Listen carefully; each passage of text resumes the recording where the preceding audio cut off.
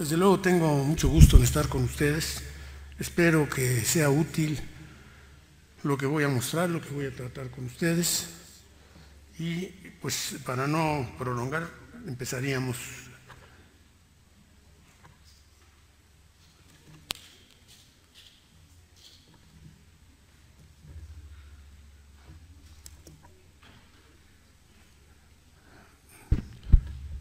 No proyecte esto. A ver, por favor.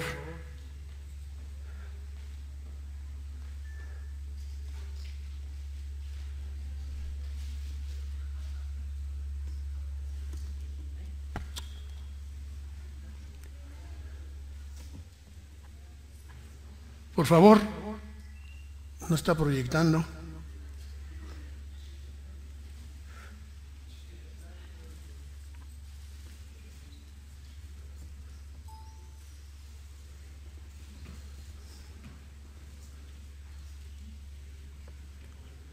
¿Qué pasa? Por favor. A ver, por favor, avisen ahí.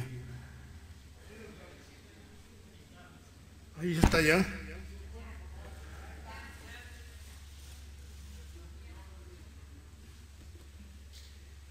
Bueno, el primer tema que vamos a tratar es el de la responsabilidad profesional médica. Como todos ustedes saben, las quejas contra los médicos se han ido haciendo cada vez más frecuentes e implicando mayores cuantías económicas, mayores exigencias de toda índole.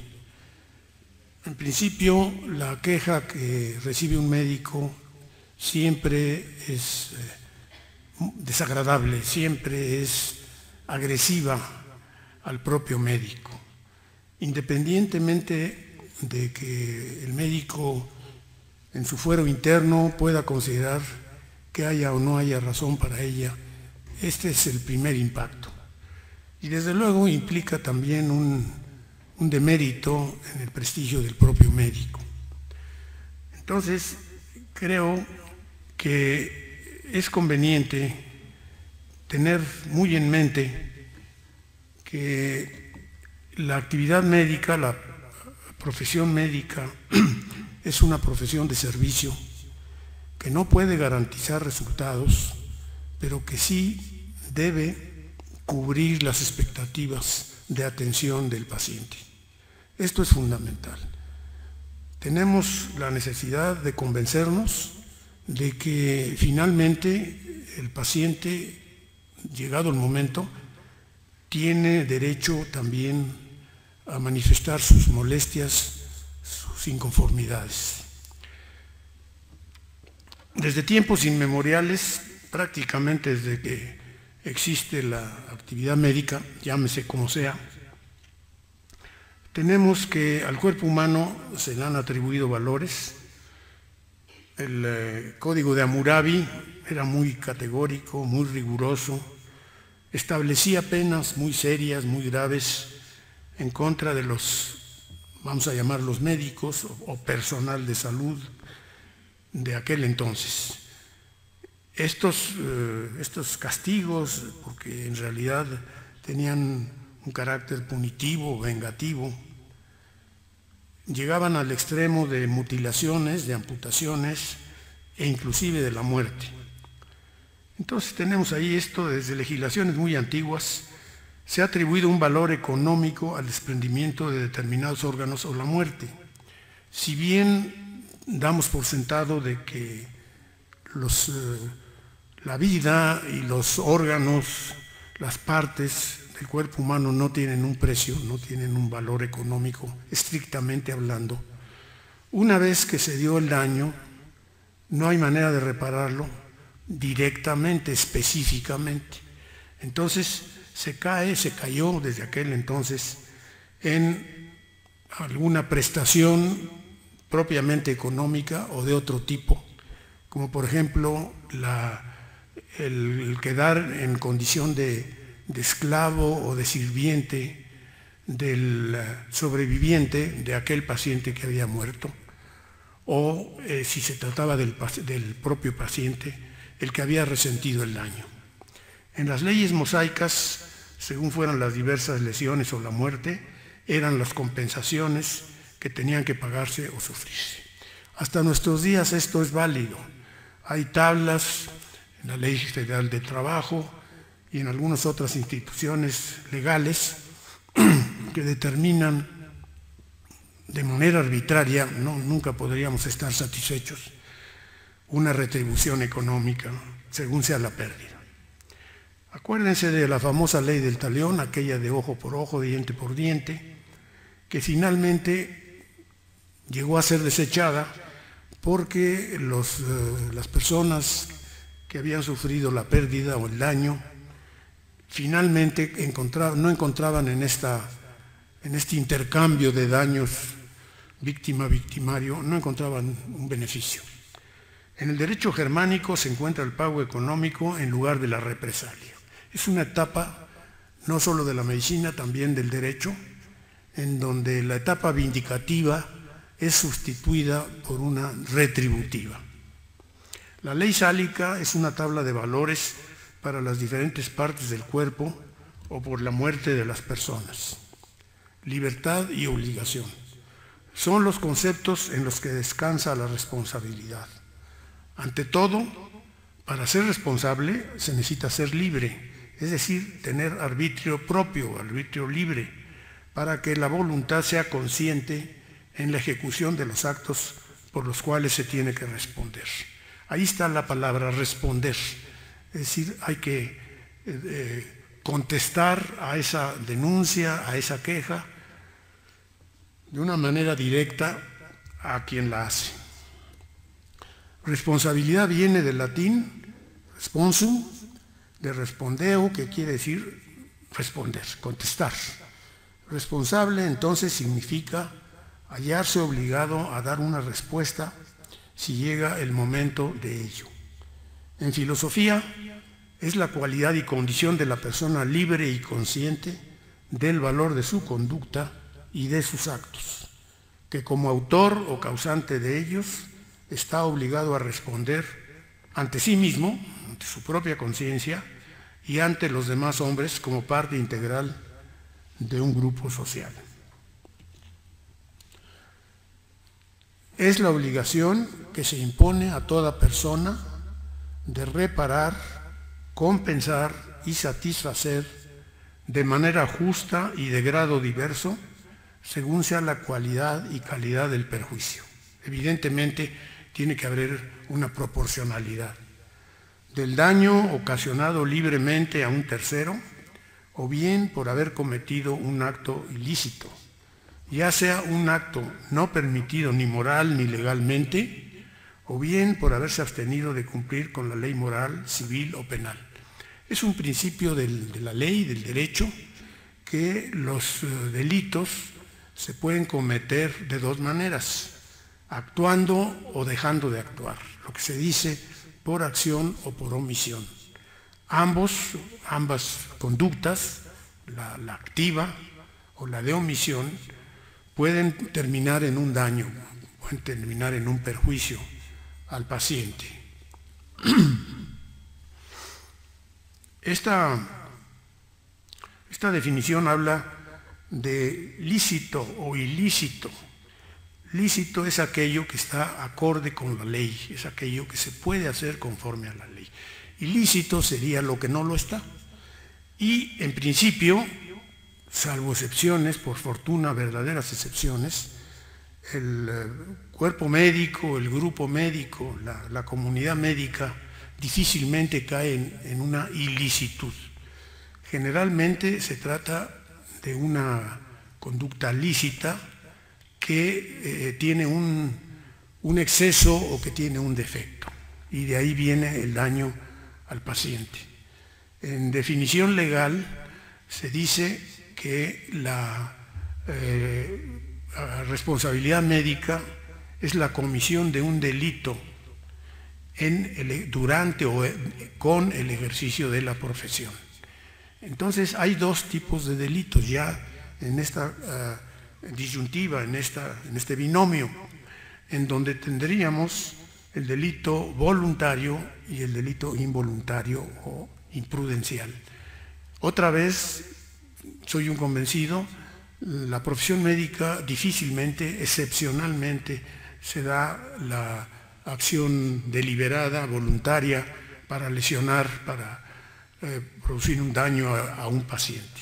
Se dan los casos por algunas motivaciones de muy diversa índole, la económica tal vez en primer lugar y algunas otras, pero la regla general, a mi modo de ver, sería que cuando el médico incurre en el daño, en la responsabilidad, lo hace generalmente con la idea o con la intención de ejecutar, de actuar de manera lícita, y segundo, en beneficio del paciente. O sea, no es su voluntad normal y habitualmente, no es su voluntad la de lesionar, la de perjudicar al paciente. Constituye la responsabilidad médica la obligación moral, social y legal, siempre tiene estos componentes en mayor o menor grado, dependiendo del manejo que se le dé, del destino que tenga esa responsabilidad a través de la conducta de las personas afectadas. Podrá haber mayor o menor componente, pero siempre habrá estos tres factores, moral, social y legal, que tienen los médicos de compensar, reparar o satisfacer por consecuencia de sus actos y dentro del ejercicio de su profesión, las omisiones, acciones y errores, ya sean voluntarios o involuntarios. Entonces ahí está el componente de voluntad, está el componente de acción o de omisión. Los elementos constitutivos de la responsabilidad profesional médica. ¿Por qué decimos responsabilidad profesional médica? Porque en la ley, en la legislación, existe responsabilidad no solo para los médicos como profesionistas, sino para todos los profesionistas de toda índole. Puede ser el abogado, puede ser el ingeniero, cualquier otro químico, el que sea, que en su desempeño profesional propio, de alguna manera, termine produciendo daño a otras personas, a terceros. Entonces, para ser más específicos, le añadimos el calificativo, si es responsabilidad, si es profesional y es médica específicamente, que es la que fundamentalmente nos interesa y nos ocupa. Entonces tenemos ahí la obligación preexistente. Hay una obligación por parte del médico en la atención a los pacientes, evidentemente. Como dije hace un momento, la profesión médica es una profesión de servicio. El médico estudia, se prepara y está, vamos a decir, a disposición o al alcance de los miembros de la sociedad para que lo consulten, para que oigan su opinión, para que les ayude según sea lo que intrínsecamente le vayan a plantear. Entonces sí hay una obligación. Cuando cualquier persona acude a un médico solicitando su auxilio, su opinión, su intervención, llámese como se quiera, le está pidiendo un servicio. Entonces la actividad médica tiene que cumplir con esa petición, dando un adecuado servicio que implica una obligación. Hay esa obligación. No basta haberse preparado en mayor o menor grado de eficiencia a lo largo del pregrado y tampoco el tener estudios de posgrado. Tendrá que haber una convicción interna permanente a todo lo largo del ejercicio profesional, es decir, a lo largo de toda la vida de carácter profesional, de que se está en un compromiso, se está en una obligación frente a los pacientes. Número 2, las faltas médicas. Entonces aquí ya no quiero ser reiterativo, la falta puede darse por cualquiera de esas opciones que vimos, voluntad, no voluntad, imprudencia, no imprudencia, licitud, ilicitud.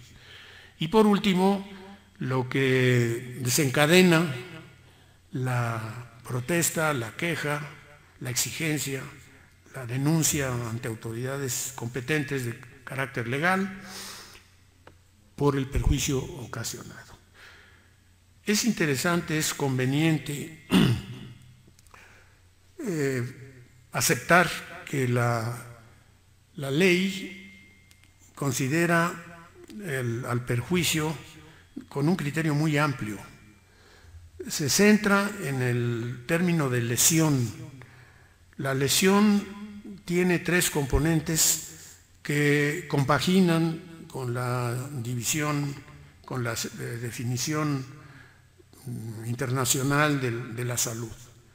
Es decir, el médico, como lo dije hace un momento, puede producir un daño a la salud en el ejercicio de la profesión. Ese daño a la salud, si tomamos en cuenta la definición amplia que nos dice que la salud tiene tres componentes, un componente físico, somático, un componente psicológico, mental y otro de carácter social.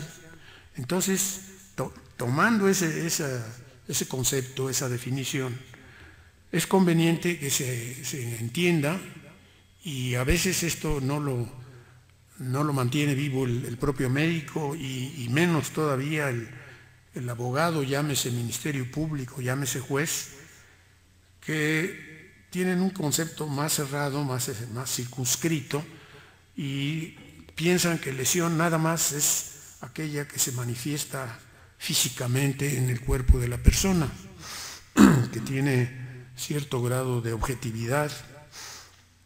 No, también hay ese otro que requiere mayor investigación, profundización en el estudio del afectado, del lesionado, y que es la parte psicológica, la parte emocional, que a veces es muy grave.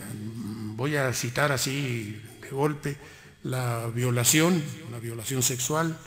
La persona que ha sido violada sexualmente puede tener lesiones físicas, pero habitualmente, salvo que se trate de un menor de edad, habitualmente no son de gran cuantía, habitualmente.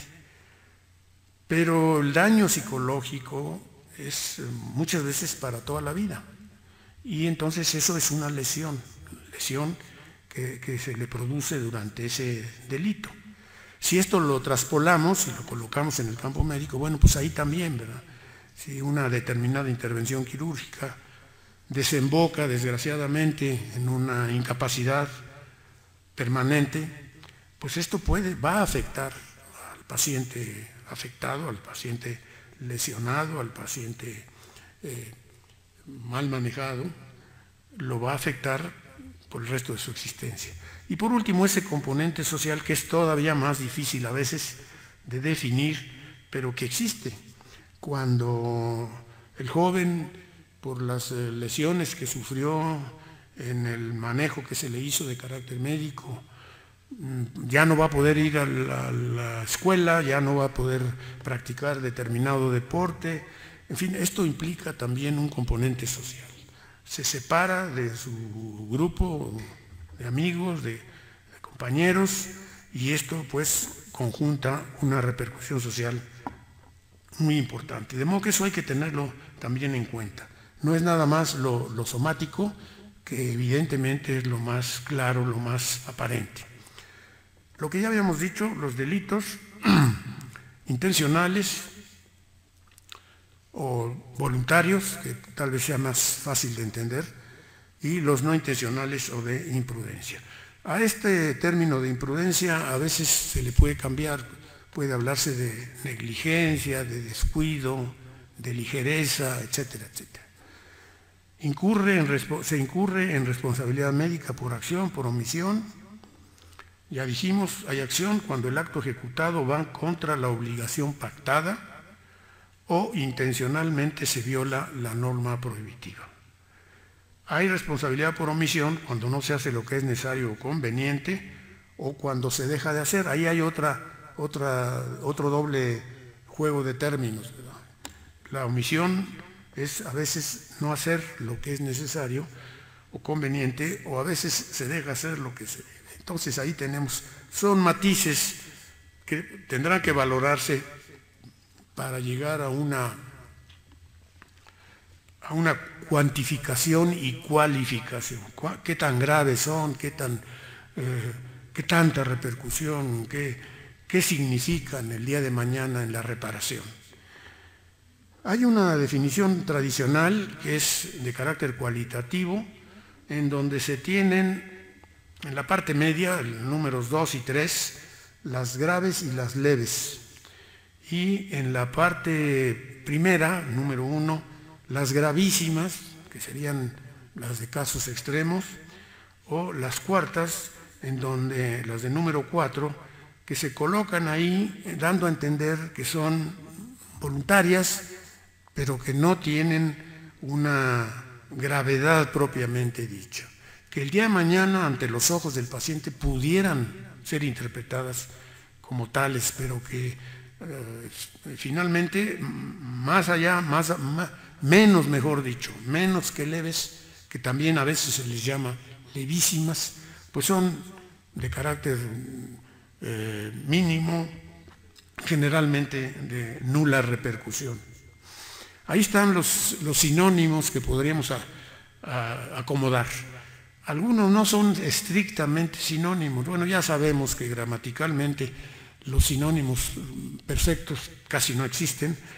Tienen matices, tienen pequeñas diferencias, pero todos estos, aquí tenemos 9, se manejan casi de una manera intercambiable y dependiendo del caso específico es posible que uno de estos términos sea más acomodable, más adecuado. Por ejemplo, impericia. Bueno, impericia nos haría pensar en una falta de entrenamiento, en una falta de preparación.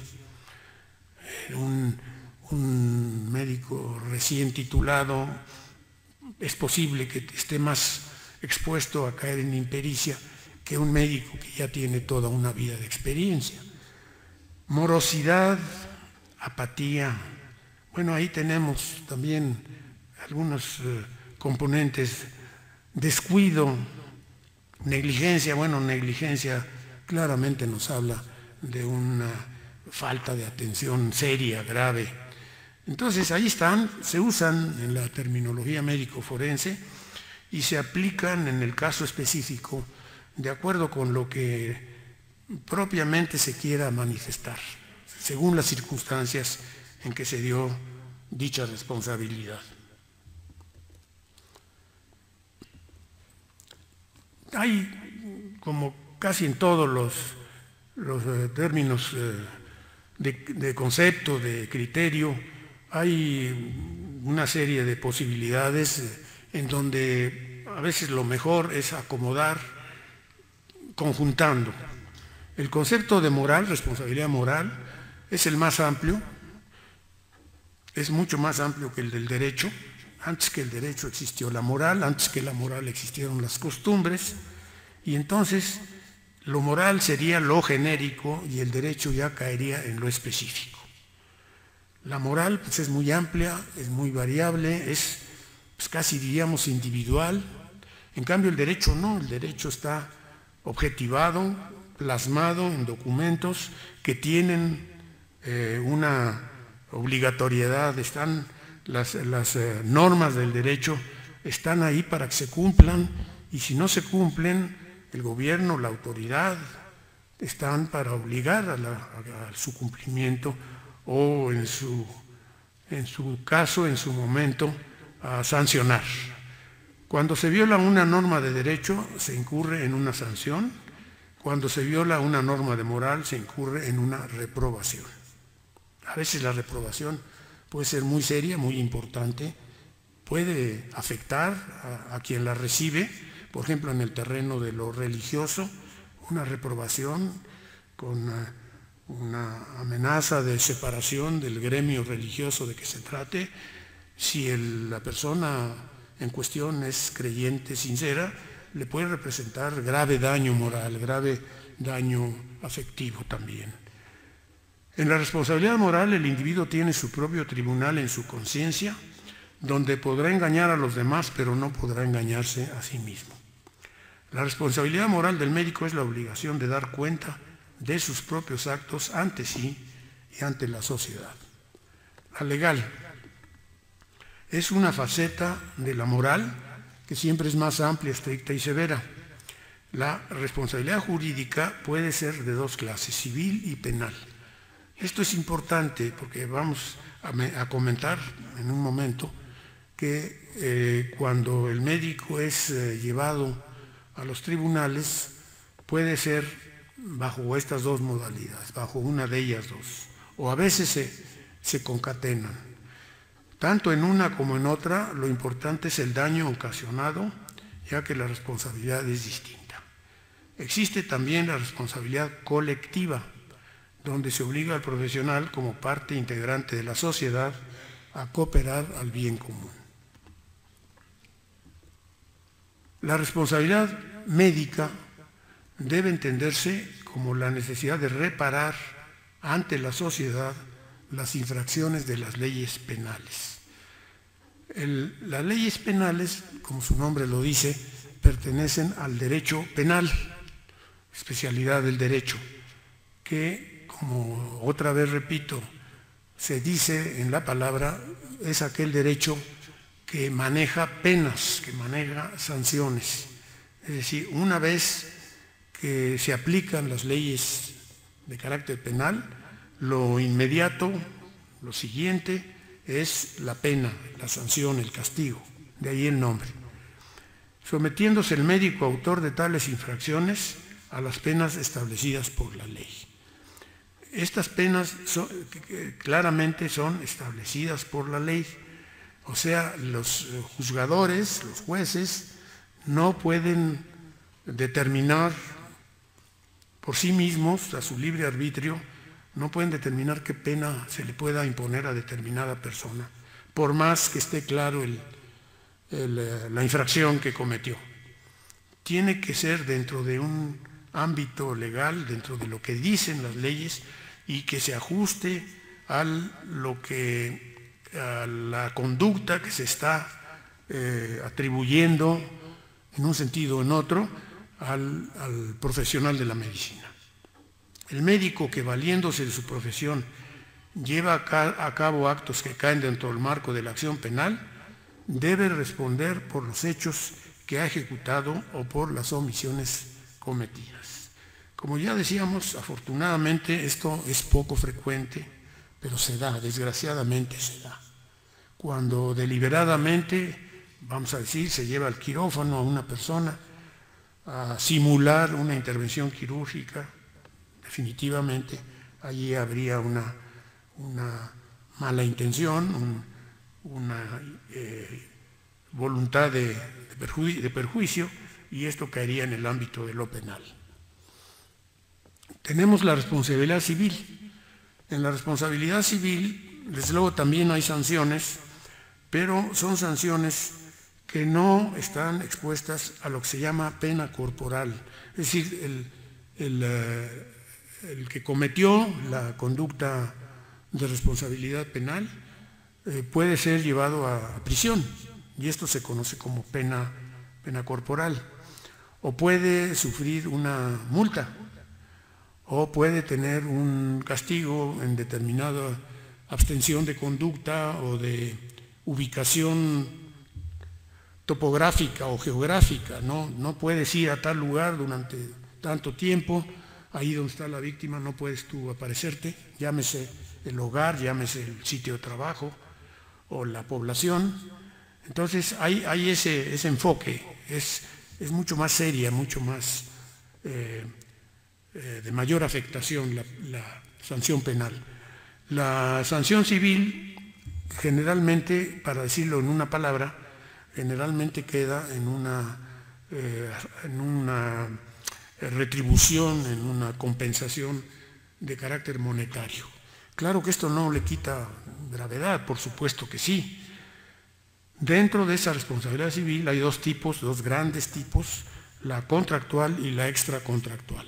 La contractual es la responsabilidad civil que sobreviene sobre los términos de un contrato, de un acuerdo. Y la extracontractual, claro, su nombre lo dice, es aquella en donde no hubo ese documento de manera formal. Sí hubo un intercambio de opinión, de conducta, de acuerdo tácito, pero no existe ese documento llamado contrato.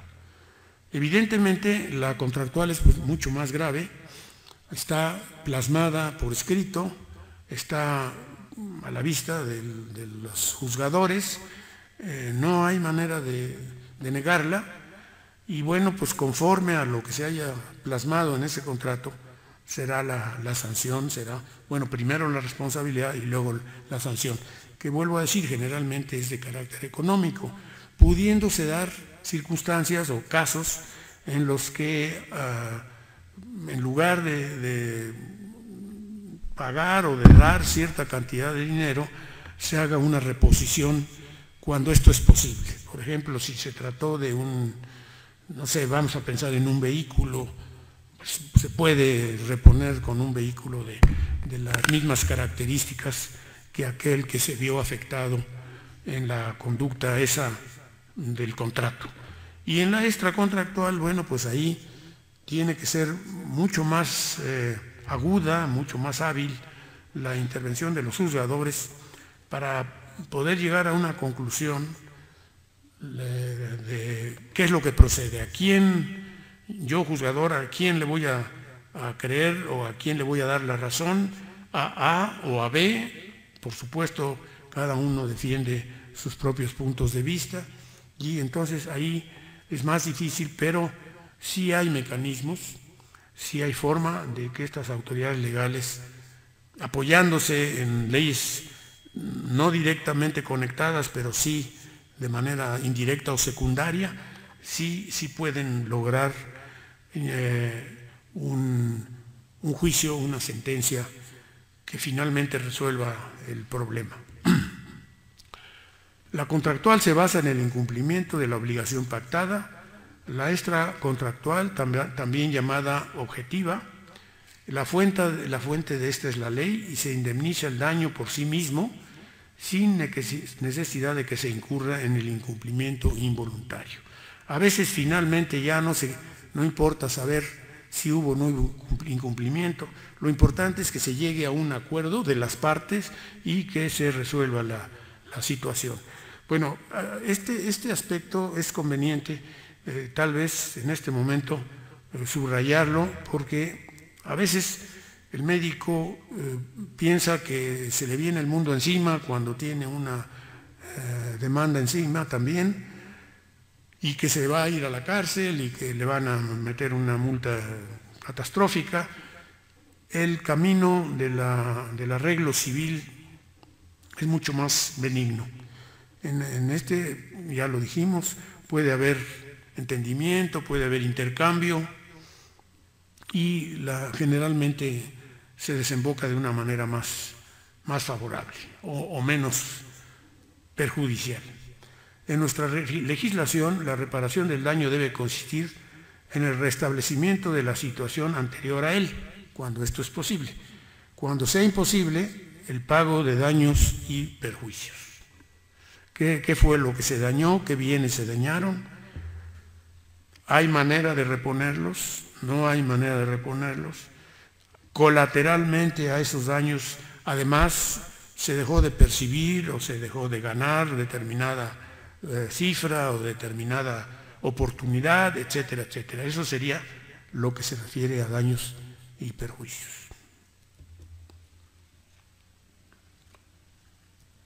Bueno, hasta ahí esta primera parte. Quisiera yo añadir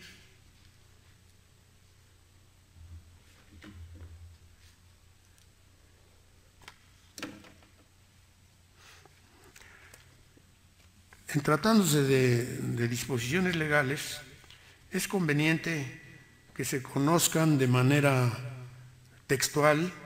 Las disposiciones legales no se pueden cambiar, lo que mencionábamos, no se deben usar sinónimos que a veces no respetan el sentido original.